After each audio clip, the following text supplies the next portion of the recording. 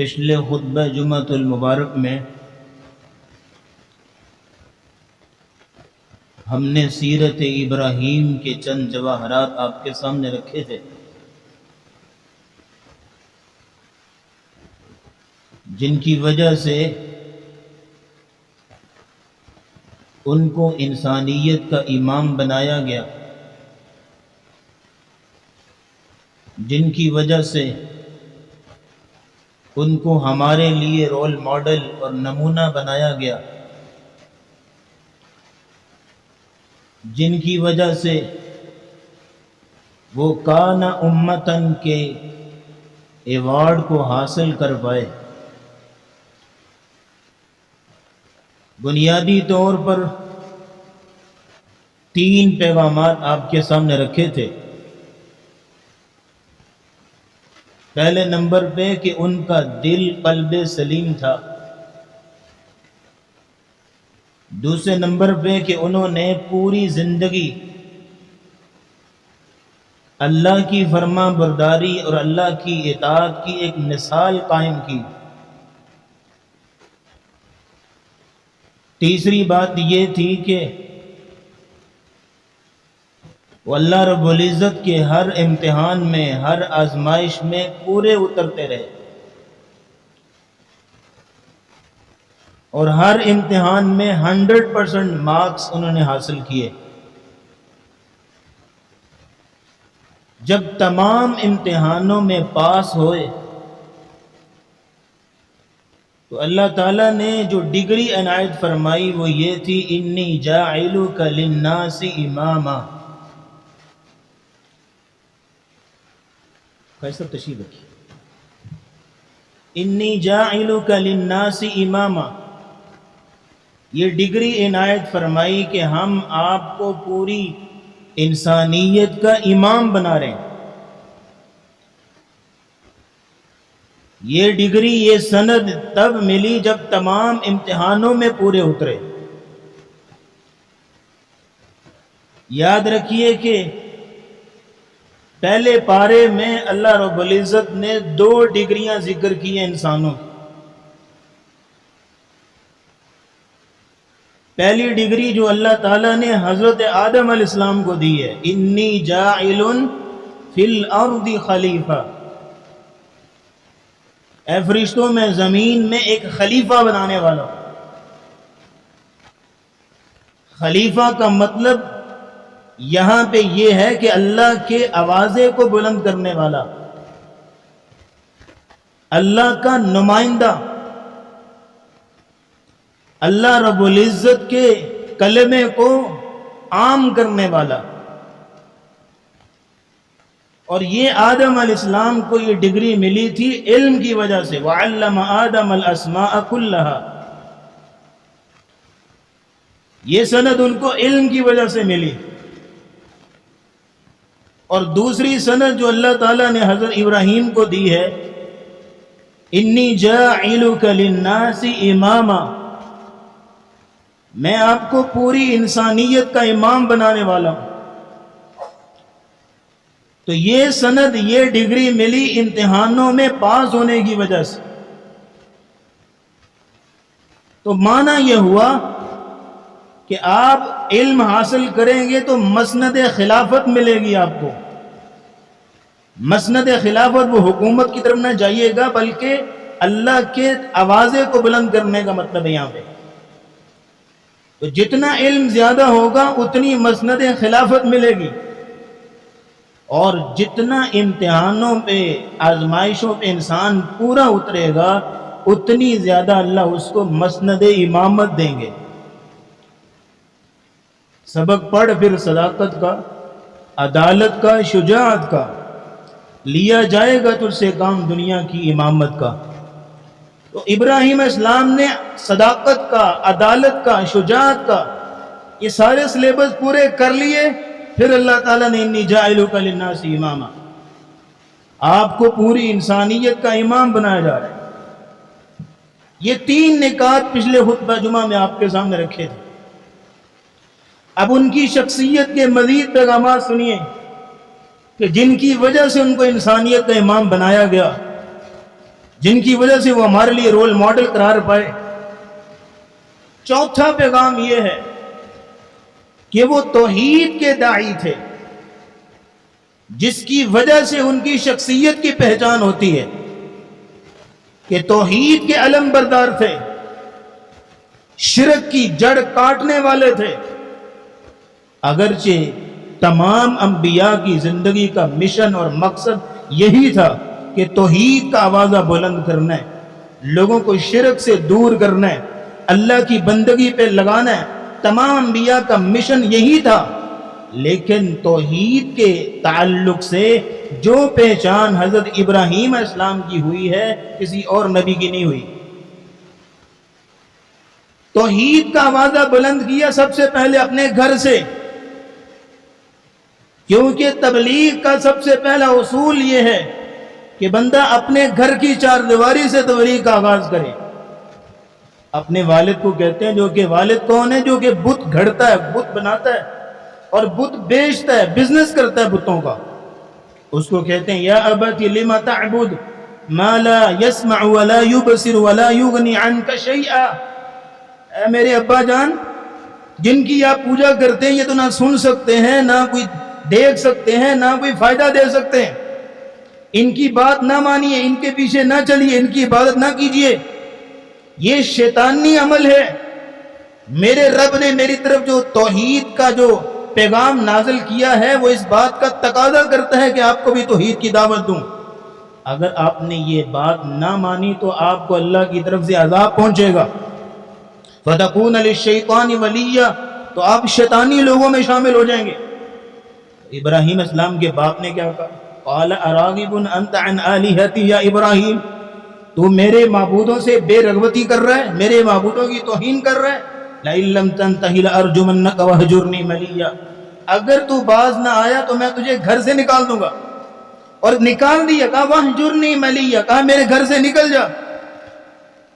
تو بیٹا ابراہیم تھا، کہنے لگے سلام علیکہ، اے میرے ابا جان آپ پر سلام تھی، میں آپ کے لیے دعا کروں گا اللہ آپ کو ہدایت دے۔ تو سب سے پہلے توحید کا جو نعرہ لگایا گھر سے، کیونکہ ان لوگوں کو یہ بات تعلیم کی گئی تھی کہ توحید پہ ذرہ برابر بھی کمپرومائز اللہ کو برداشت نہیں ہے۔ انہ من یشرک باللہ فقد حرم اللہ علیہ الجنۃ ومأواہ النار، جس بندے نے ذرہ برابر بھی اللہ کی توحید میں آنچ آنے دی اور اللہ کی ذات کے ساتھ کسی کو شریک ٹھہرایا، اس پر جنت کو حرام کر دیا جاتا ہے اور اس کا ٹھکانہ جہنم بنتا ہے۔ سب سے پہلے توحید کا نعرہ لگایا۔ تو حضرت جی انسانیت کے امام بنے توحید کی وجہ سے، کان امتن کا ایوارڈ ملا توحید کی وجہ سے، وہ ہمارے لیے رول ماڈل اور نمونہ بنے تو توحید کی وجہ سے۔ پھر اس کے بعد اپنی قوم کو جا کے بھی تبلیغ کرتے ہیں کہ اے میری قوم، یہ جو بت ہیں یہ کسی کام کے نہیں ہیں، یہ کچھ بھی نہیں کر سکتے، تم ان کی عبادت کرتے ہو۔ میرا رب وہ رب ہے کہ جو تمام کائنات کا خالق و مالک ہے، اس کی عبادت کرو، اس کی بندگی کرو۔ قوم نے جو ہے وہ سنی انسنی کر دی۔ تو آپ کو معلوم ہے کہ وہاں ایک میلہ لگتا تھا ان کے ہاں، جس میں وہ مختلف قسم کے کھانے پکا کے اپنے معبودوں اور بتوں کے سامنے رکھ دیتے اور خود چلے جاتے باہر کوئی میلہ وغیرہ کے لیے کھیلنے کودنے، اور جب فارغ ہو کے شام کو آتے تو وہ کھانے وہاں پڑے ہوتے، اور ان کے بقول کھانے اب متبرک ہو چکے ہیں، برکت آ چکی ہے، اب وہ سارے جو ہے بیٹھ کے کھاتے، یہ ان کی رسم ہوتی تھی۔ ابراہیم علیہ السلام نے ان کی اس رسم سے فائدہ اٹھایا، انہوں نے کہا ہمارے ساتھ چلو، کہا میں نہیں جا سکتا، میں بیمار ہوں۔ پھر وہ چلے گئے، تو ابراہیم علیہ السلام ان کے صنم قدے میں داخل ہوئے اور ان کو کہتے ہیں ما لکم لا تنطقون، تم بولتے کیوں نہیں، کھاتے کیوں نہیں؟ کلہاڑا پکڑا اور ایک ایک بت کو توڑ دیا، اور جو بڑا تھا اس کے کندھے پہ کلہاڑا رکھا۔ یہ ہے سب سے پہلے وہ شخصیت جس نے بتوں کو توڑا تھا، جس نے شرک کے اڈے کو توڑا تھا، یہ ابراہیم علیہ السلام۔ اس لیے سب سے زیادہ توحید کی وجہ سے اگر کسی نبی کی پہچان ہوئی ہے تو ابراہیم علیہ السلام کی ہوئی ہے۔ قوم واپس آئی اور آگے جب دیکھا اپنے معبودوں کا حال تو کس نے کی ہے؟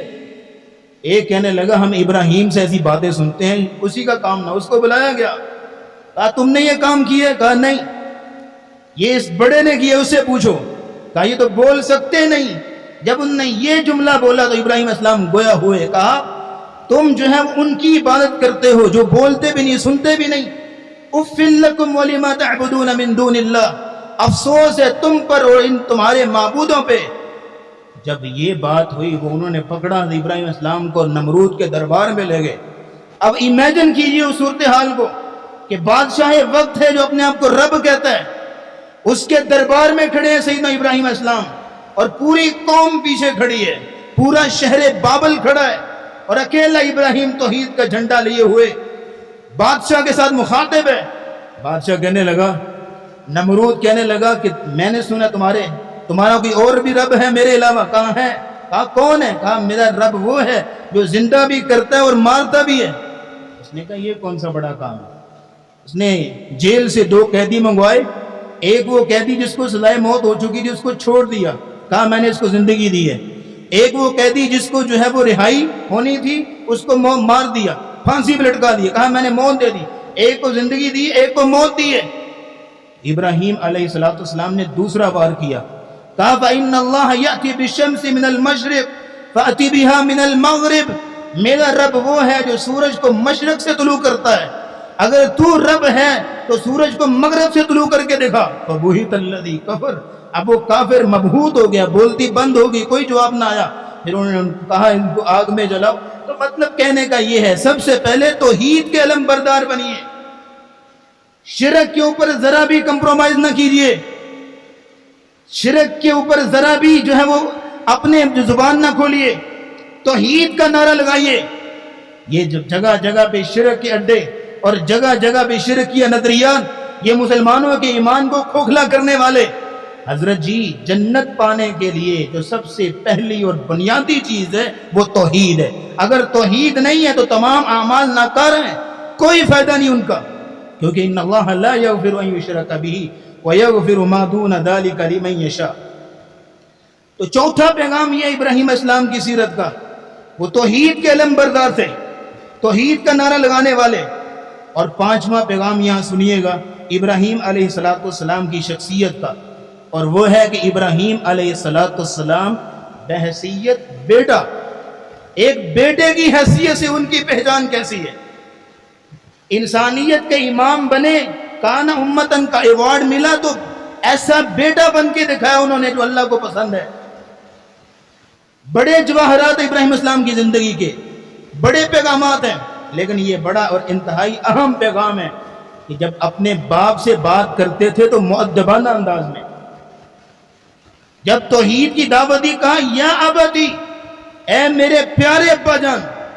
یا ابی کا لفظ سمپل ورڈ ہے، اے میرے ابا، سیدھی سی بات، لیکن یا آباتی کا ورڈ اس سے پیارا اور مؤدب لفظ عربی زبان میں باپ کے لیے ہے ہی نہیں۔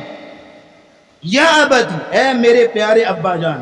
تو سب سے پہلی بات یہ مت سمجھیے گا کہ اسلام نے ہمیں یہ نہیں کہا کہ والدین کے جو ہے وہ پاؤں دھو دھو کے پیے، کس نے کہا آپ کو؟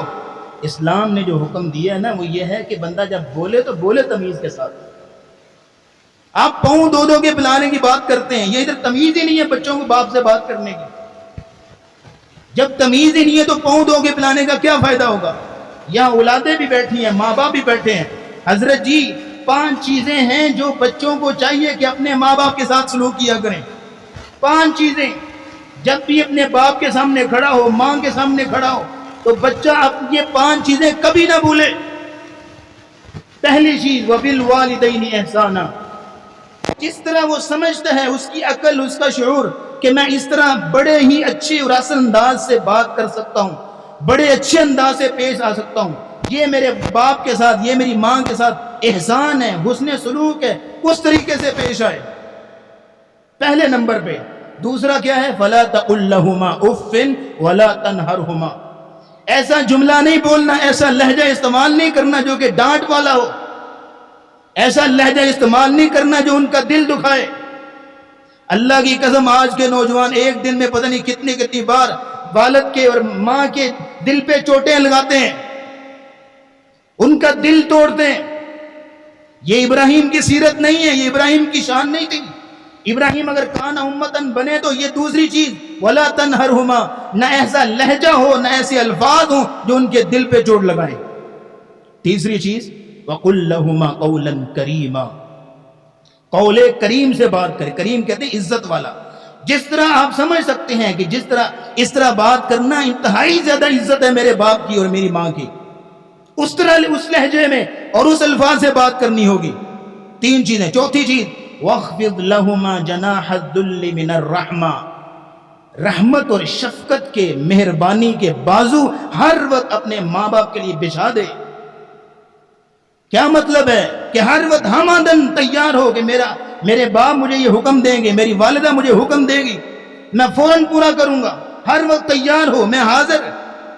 میں یہ نہیں کہتا کہ ماں باپ کے آگے جھکا دے، جھکنا صرف اللہ کے آگے ہے، لیکن کہنے کا مطلب یہ کہ ہر وقت تیار، ہم آدن کہ ابھی میرے ابا مجھے حکم دیں گے، ابھی میری ماں مجھے حکم دے گی، میں فوراً تیار. کتنی چیزیں ہو گئیں؟ 4 چیزیں. اور 5ویں چیز وَقُلْ رَبِّ ارْحَمْهُمَا كَمَا رَبَّيَانِي صَغِيرًا، آپ کی زبان خشک ہو جانی چاہیے دعائیں کر کر کے اپنے ماں باپ کے لیے. زبان نہیں تھکنی چاہیے دعائیں کر کر. کیوں؟ انہوں نے آپ کے لیے جو کچھ کیا ہے آپ تصور بھی نہیں کر سکتے.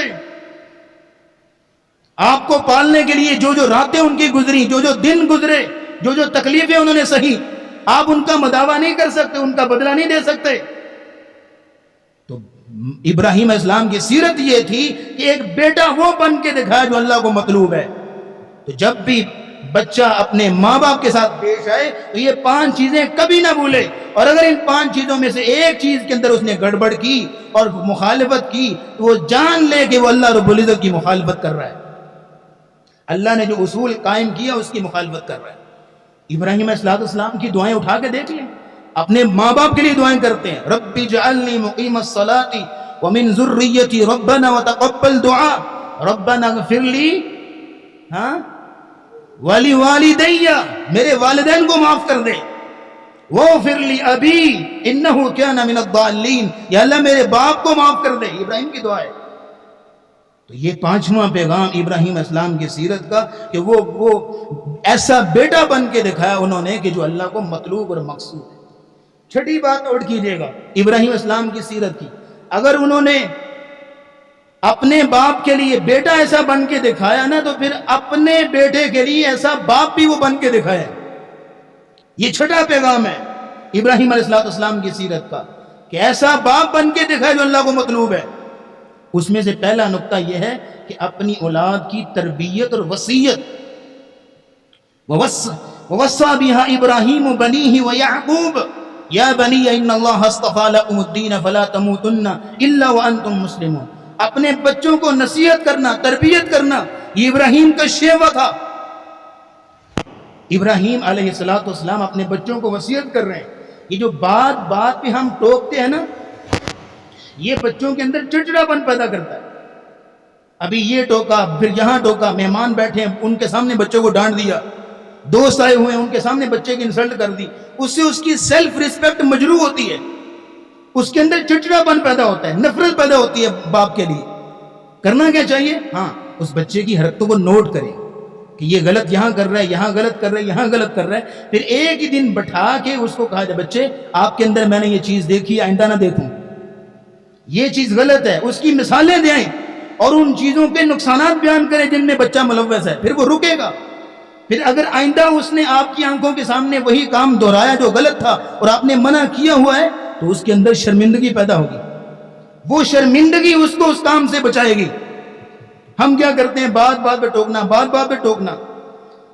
روز نہیں، دوسرے دن، تیسرے دن تمام بچوں کو بٹھا کے نصیحتی کلمات، تربیتی کلمات، ان کی غلطیوں کو ان کو بتانا. بات پہ ڈانٹنا نہیں، بات پہ چیخنا نہیں. اس کی وجہ سے پھر آپ کی بات کی ویلیو گر جائے گی.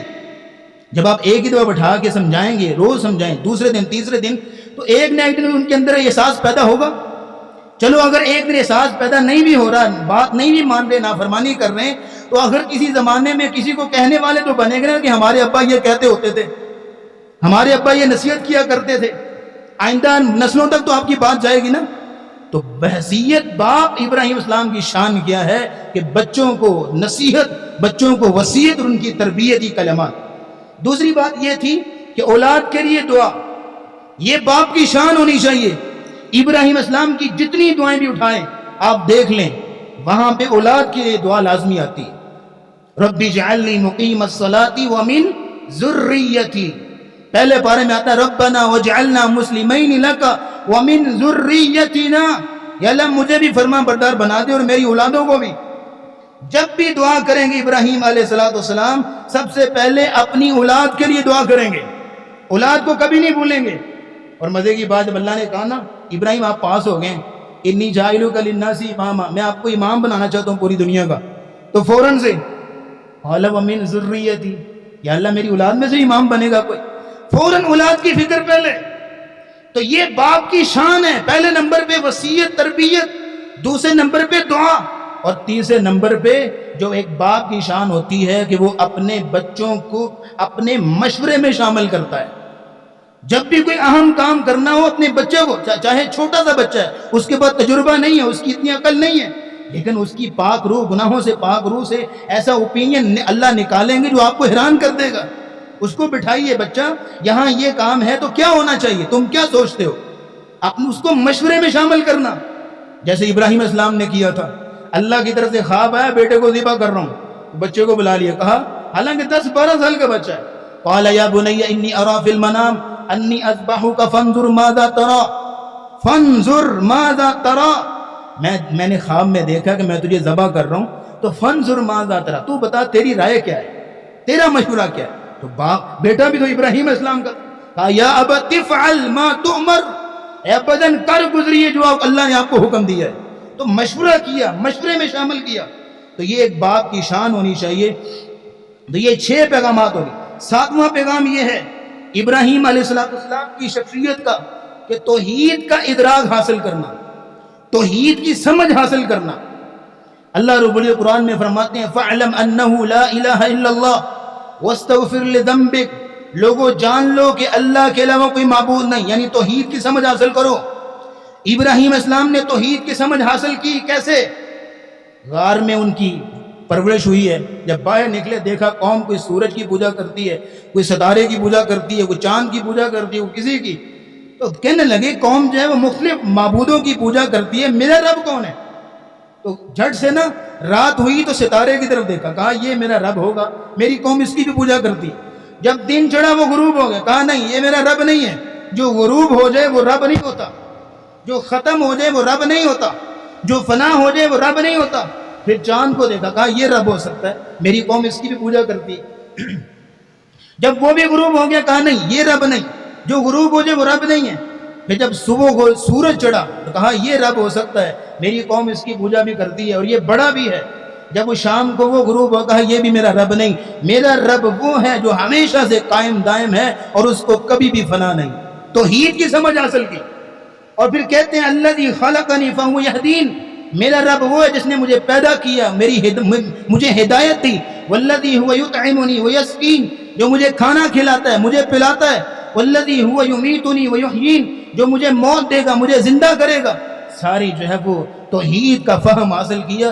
یہ 7واں پیغام ملتا ہے ابراہیم علیہ السلام کی سیرت کا کہ توحید کو سمجھیے۔ ساری عمر گزر جاتی ہے، ہمیں توحید سمجھ میں نہیں آتی، کئی شرکیہ کلمات، کئی شرکیہ نظریات ہماری زبانوں پہ جاری رہتے ہیں ساری زندگی، توحید کی سمجھ نہیں آتی۔ تو 7واں پیغام جس کی وجہ سے وہ انسانیت کے امام بنے، جس کی وجہ سے وہ رول ماڈل بنے، جس کی وجہ سے کان امتن کا ایوارڈ ملا، توحید کی سمجھ اور فہم انہوں نے حاصل کیا۔ 8واں پیغام سنیے گا، وہ یہ ہے ابراہیم السلام کی سیرت کا کہ وہ مہمان کی تکریم اور عزت کرنا جانتے تھے۔ مہمان کی تکریم یہ ایمان کی نشانی ہے۔ نبی اسلام نے فرمایا من کان یؤمن باللہ والیوم الآخر فلیکرم ضیفہ، جو بندہ اللہ اور اس کے رسول پہ ایمان لاتا ہے، آخرت پہ ایمان لاتا ہے، اس کے ایمان کا تقاضا یہ ہے کہ اپنے مہمان کی عزت کیا گئے۔ اب مہمان کی عزت میں کیا گئے جنہیں شامل ہوتی ہیں آپ جانتے ہیں، مہمان کی تکریم ایمان کی نشانی ہے۔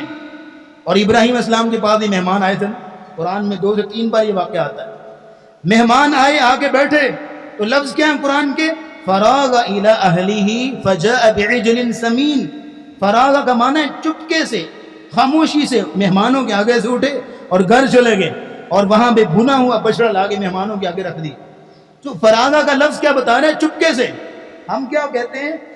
مہمان کے ساتھ 10 منٹ تو بحث ہوتی رہتی ہے، آپ کیا کھائیں گے، ہاں اچھا پانی جو ہے وہ پیئیں گے ٹھنڈا یا میٹھا کیا؟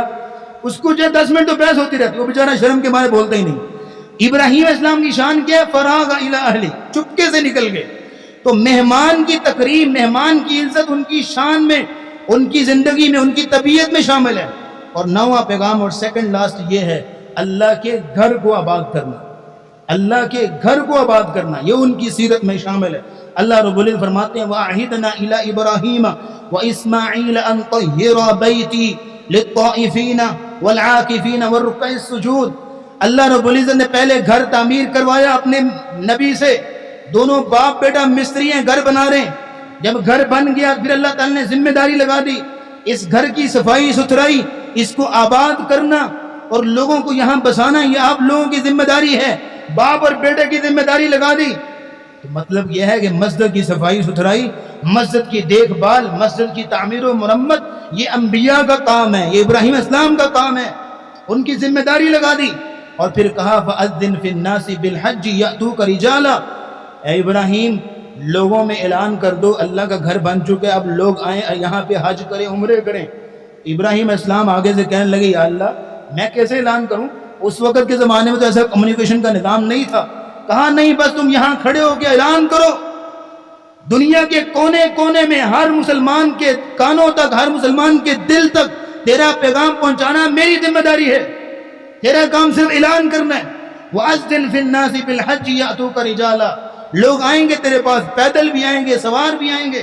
اور یہ ابراہیم اسلام کی دعا کا اثر ہے۔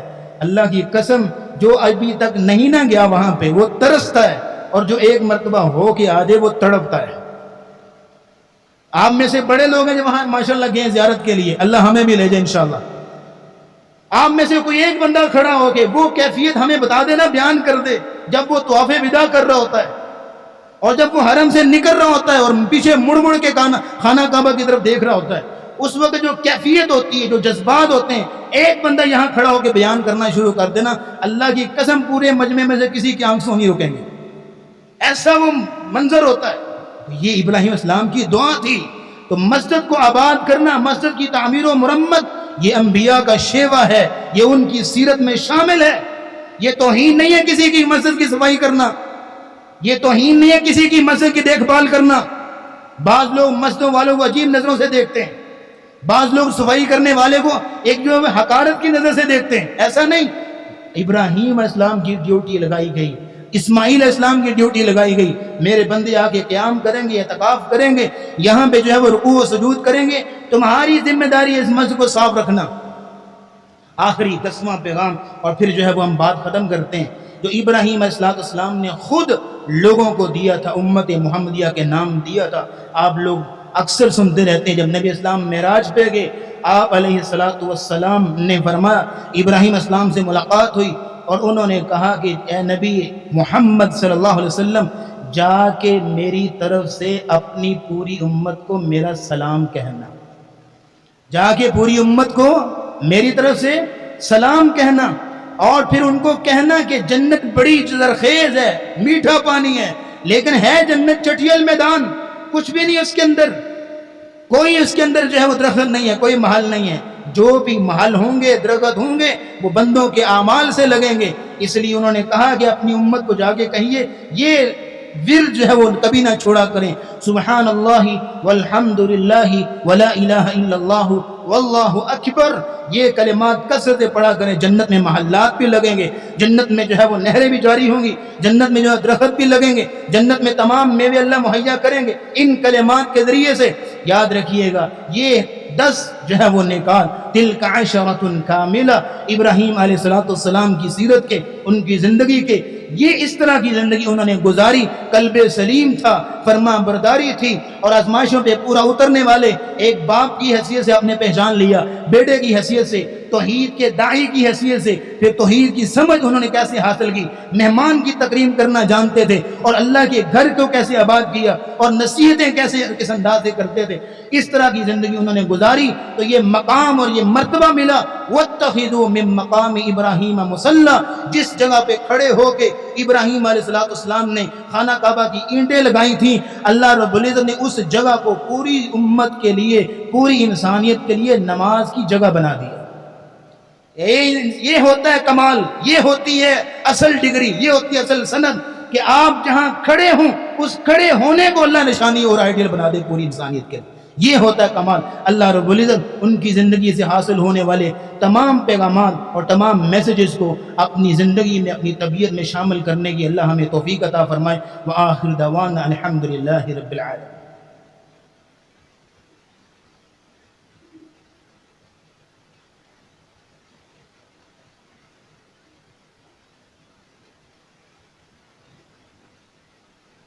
إن الحمد لله نحمده ونستعينه ونستغفره ونعوذ بالله من شرور أنفسنا وسيئات أعمالنا. من يهده الله فلا مضل له ومن يضلل فلا هادي له. ونشهد أن لا إله إلا الله وحده لا شريك له وأن محمدا عبده ورسوله. سامعین محترم، ابھی جو ذوالحجہ کا مہینہ شروع ہونے والا ہے، جس کی ذوالقعدہ کی آج 26 تاریخ ہے، اور زیادہ امکانات یہی ہیں کہ ذوالقعدہ 30 دنوں کا ہوگا، اور غالباً منگل کے دن، یہ جو منگل آ رہا ہے، ذوالحجہ کا آغاز ہوگا. تو اس کی جو پہلے 10 دن ہیں یہ بڑی اہمیت کے حامل. یہ اتنے مبارک دن ہیں کہ ان کو حرمت والے مہینوں میں سے ان کو چنا گیا ہے. 4 حرمت والے مہینے ہیں جن میں سے ایک ذوالحجہ کا ہے، اور اس ذوالحجہ کے پہلے جو وہ 10 دن ہیں ان کا انتخاب کیا گیا. اور یہی وہ دن ہیں جن کی اللہ نے قسم اٹھائی ہے، والفجر ولیال عشر. 10 دنوں کی، 10 راتوں کی اللہ نے قسم اٹھائی. اور نبی کریم صلی اللہ علیہ وسلم کی حدیث ہے، افضل ایام الدنیا ایام العشر. دنیا کے سب سے افضل ترین، بہترین، فضیلت والے جو اعمال، جو ایام ہیں، دن ہیں، وہ ذوالحجہ کے پہلے 10 دن ہیں. اور دوسری روایت جو مسند احمد کی ہے اس میں آتا ہے، ما من ایام اعظم عند اللہ. جو اللہ کے یہاں سب سے بڑے دن ہیں عظمت کے اعتبار سے، فضیلت کے اعتبار سے، وہ ذوالحجہ کے پہلے 10 دن ہیں. اور نبی اسلام نے ان ایام میں اعمال کے بارے میں بیان کیا. 3 روایات سنیے گا، 3 الفاظ ہیں. نبی اسلام نے فرمایا، ما من ایام العمل الصالح فیہا احب الی اللہ. نبی اسلام نے فرمایا ان دنوں میں کیا گیا عمل اللہ کو پورے سال میں کیے گئے اعمال سے سب سے زیادہ فضیلت والا ہے، سب سے زیادہ محبوب ہے. احبو کے الفاظ بولے، سب سے زیادہ محبوب. اور دوسری روایت میں الفاظ ہیں، ما العمل فی الایام افضل. دوسری روایت میں افضل کے الفاظ ہیں کہ سب سے افضل جو ہے وہ اللہ رب العزت جو عمل لگتا ہے وہ ان ایام میں لگتا ہے. اور تیسری روایت کے الفاظ ہیں، آپ نے فرمایا، ما من عمل ازکا عند اللہ. اللہ کے ہاں سب سے زیادہ پاکیزہ عمل جو لگتا ہے وہ ان ایام میں کیا ہوا عمل لگتا ہے. اس لیے ان ایام کو بڑی ہی جو ہے وہ عبادت کے ساتھ اور پورے اہتمام کے ساتھ گزارنا چاہیے. اور نبی کریم صلی اللہ علیہ وسلم کی تعلیمات کی روشنی میں ہمیں چاہیے کہ ان ایام کو اسی اہتمام کے ساتھ گزاریں جس اہتمام کے ساتھ سلف صالحین گزارا کرتے. اللہ کی قسم ہمارے ہاں نا ان ایام کو بڑا معمولی سمجھا جاتا ہے، ان کو بالکل اگنور کیا جاتا ہے، جبکہ افضل ترین ایام ان دنوں کے اندر ہیں. یوم عرفہ ان دنوں کے اندر ہے. یوم عرفہ کے بارے میں نبی اسلام نے فرمایا، صیام یوم عرفہ احتسب علی اللہ. جو یوم عرفہ کا روزہ ہے، اللہ رب العزت کے فضل سے اس کا اجر یہ ہے کہ اللہ رب العزت 1 سال اگلے اور پچھلے اللہ گناہوں کو معاف کر دیتا ہے. تو اتنی فضیلت بیان فرمائی. ان ایام میں یوم الترویہ ہے 8 ذوالحجہ، اور ان ایام میں یوم النحر قربانی کا دن ہے جو سب سے زیادہ فضیلت والا دن ہے. تو نبی کریم صلی اللہ علیہ وسلم نے ان ایام کی فضیلت بھی اس اعتبار سے بھی بیان کی. علماء بیان کرتے ہیں کہ تمام عبادات کو اللہ نے ان دنوں میں جمع کر دیا. تمام عبادات، نماز ہے وہ تو عام دنوں میں بھی ہوتی ہے، روزہ ہے وہ عام دنوں میں بھی ہو سکتا ہے، زکوٰۃ ہے وہ عام دنوں میں بھی، اور اسی طرح صدقہ خیرات بھی عام دنوں میں. وہ حج آ گیا، اب نماز ہے، روزہ ہے، حج ہے، صدقہ خیرات ہے، یہ تمام عبادات کو اللہ تعالیٰ نے ان دنوں میں جمع کر دیا. پورے سال میں کوئی اور دن ایسے نہیں ہیں کہ جن دنوں میں پورے جو ہے وہ عبادات جمع ہوئی. ان ایام کی فضیلت، تو اس لیے ان ایام کو اسی طرح عبادت کے ساتھ گزارنا چاہیے. اور نبی اسلام نے عمل بیان کیا، فَأَكْثِرُوا فِيهِنَّ التَّحْمِيدَ وَالتَّهْلِيلَ وَالتَّكْبِيرَ. ان دنوں کے اندر کثرت کے ساتھ الحمدللہ، کثرت کے ساتھ اللہ اکبر اور کثرت کے ساتھ لا الہ الا اللہ، کثرت کے ساتھ ان کلمات کو پڑھا جائے ان دنوں کے اندر۔ اور پھر یہ ہے کہ تکبیرات کا اہتمام کیا جائے، جیسے ہی ذوالحجہ کا چاند نظر آئے اور 13 ذوالحجہ تک، یعنی پہلے 13 دن اس مہینے کے کثرت کے ساتھ جو ہے وہ تکبیرات پڑھنا، اور پھر 9 ذوالحجہ سے لے کے 13 ذوالحجہ کی اثر تک ہر فرض نماز کے بعد بھی اللہ اکبر لا الہ الا اللہ اللہ اکبر وللہ الحمد کثرت کے ساتھ تکبیرات پڑھنا، اور خصوصاً یوم عرفہ 9 ذوالحجہ کو روزہ رکھنا اور خصوصی عبادت کے ساتھ اس دن کو گزارنا، یہ ہمیں نہیں بھولنا چاہیے۔ اور ان ایام کے اندر وہ تمام عبادات جو عام دنوں میں بھی کرتے ہیں، باجماعت نماز، سنن رواتب کا اہتمام، صدقہ خیرات، تلاوت قرآن مجید عام دنوں میں بھی ہوتا ہے، لیکن ان دنوں میں کثرت کے ساتھ اور پورے اہتمام اور ذوق شوق سے کرنا چاہیے، کیونکہ یہ ایام معمولی ایام نہیں ہیں۔ اللہ رب دعا ہے کہ اللہ ہمیں ان ایام کو صحیح طور پہ عبادت کے ساتھ گزارنے کی توفیق اور ہمت عطا فرمائے۔ اللهم صل على محمد وعلى آل محمد كما بارك وسلم عليه. اللهم اشف مرضانا ومرضى المسلمين، أذهب البأس رب الناس واشف أنت الشافي لا شفاء إلا شفاؤك، شفاء لا يغادر سقما. اللهم ألبسنا لباس الصحة والعافية، اللهم اشفنا شفاء كاملا عاجلا. ربنا آتنا في الدنيا حسنة وفي الآخرة حسنة وقنا عذاب النار. ربنا ظلمنا أنفسنا وإن لم تغفر لنا وترحمنا لنكونن من الخاسرين. ربنا تقبل منا